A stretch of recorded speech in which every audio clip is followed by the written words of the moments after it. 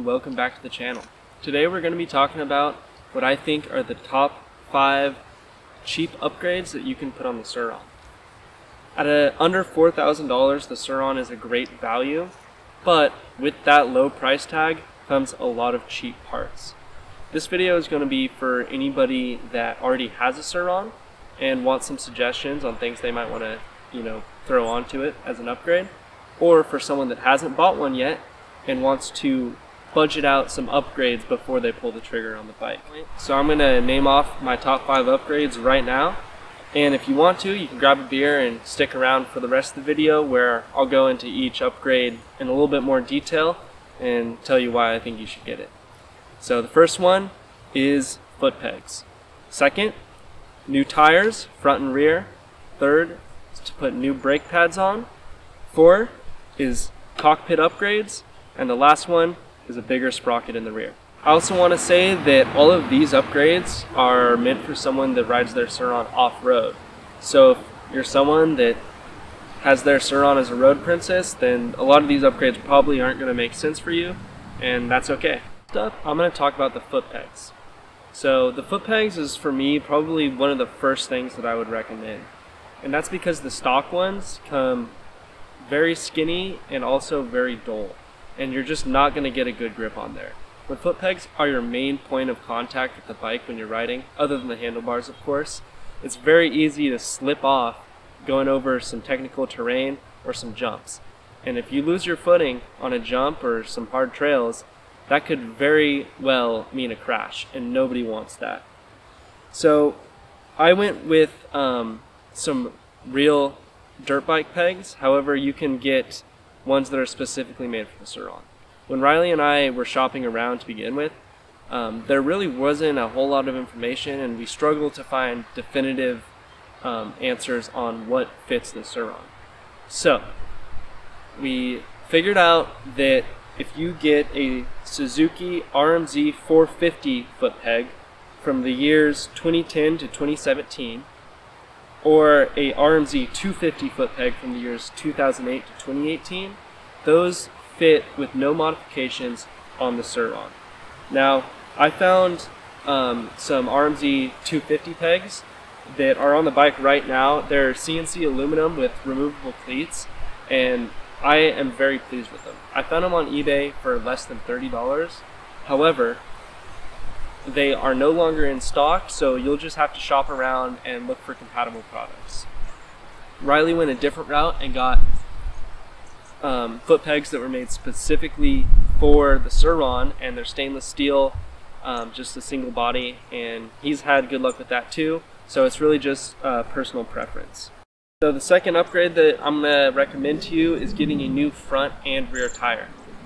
We already made a video on tires, so I'm not going to get into this into super great detail, but the cliff notes is you need to go find a 70/100-19 like motorcycle tire, and that will fit front and rear without any modifications.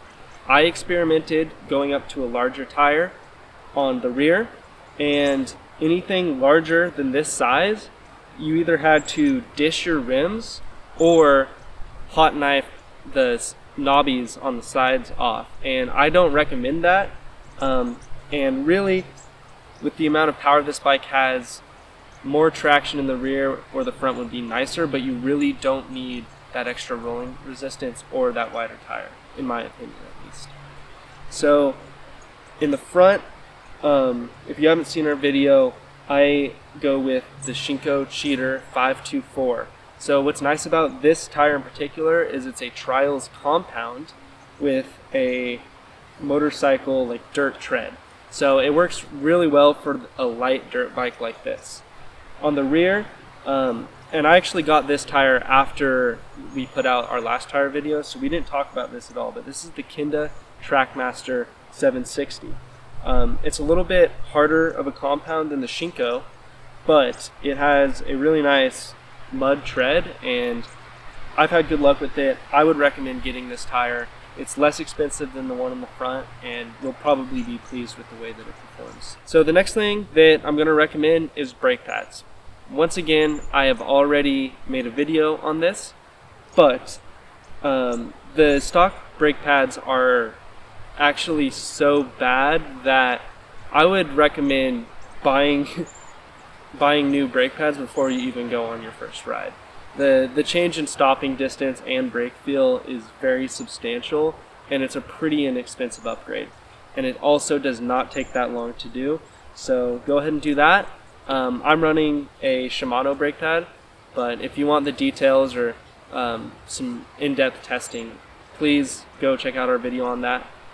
Alright, the third upgrade on the list is the Cockpit. Now I'm kind of cheating on this one because technically a Cockpit upgrade includes 4 purchases, and I'm sorry for that, but if you're gonna upgrade the handlebars and everything up here, I would recommend just doing it all and doing it right. So the Cockpit involves new grips. For my bike, I went with some dirt bike grips. They're the Pro Taper pillow tops. They have a lot of different colors, combinations, so you can customize it to your whatever you prefer, and they're a pretty cheap option. Next, for the handlebars, I went with Pro Taper. Technically they're mountain bike bars, but they have a 3-inch rise and they are pretty wide, so they've served me well, and I would recommend getting those. They're a little on the spendy side though, at $80. Next, I went with a direct mount stem. So there's a couple of reasons to go with the direct mount stem. The stock stem that comes is just a clamp on your steering tube, and for me, I was having issues where it would not have a good enough bite-in. Just over technical terrain, you know, when I'm fighting the bars, it would tweak the bars and I would have to stop and hop off the bike and pull them back straight. And when you get a direct mount stem, it doesn't clamp on the steering tube, but it bolts in directly into your top clamp on the triple tree, and it does a much better job at keeping the bars straight. So I would recommend doing that if you're having the same issue. Another thing to consider is to get direct mount spacers. So those are just spacers that go between your stem and the top of the triple clamp. So that's really going to allow you to raise the bars up and just create more room for you to ride. The last upgrade that I want to recommend is going to a bigger sprocket. So the stock sprocket has 48 teeth. And if you're doing any sort of riding that I'm doing, where I'm going up steep hills, you might find that it feels like it doesn't really have enough torque to keep accelerating up on the hills. So the solution to that, of course, more teeth. You can buy sprockets from a number of different sellers online. I know Luna Cycle has a good selection of different sprocket sizes. However, they're often out of stock and they are kind of expensive. So what I just did, since I'm an engineering student and I have access to CAD software, is I just went ahead and I designed my own sprockets. And that's what you see on the bike here. I made sprockets from tooth sizes 56 to 64 with the intention of testing all of them and putting out a video on it so people can see, you know, what the changes are as you move up. Of course, general rule of thumb is the higher tooth count, the more torque you have, but the trade-off to that is you have a lower top speed. The kind of riding that me and Riley do, though, we don't really get above 35 miles per hour on most of the trails, which means we just want the bike to perform as well as we can, you know, given that lower top speed that we need. We are looking into getting sprockets CNC milled out of 7075 T6 aluminum. However, we would have to put in a pretty large order to do that, and it would get pretty expensive for us to, you know, be able to come to market at a reasonable price. If you are interested in us putting out sprockets for sale, please leave a comment down below. Let us know if you're interested, how much you would be willing to pay, and also what tooth count would you want to purchase.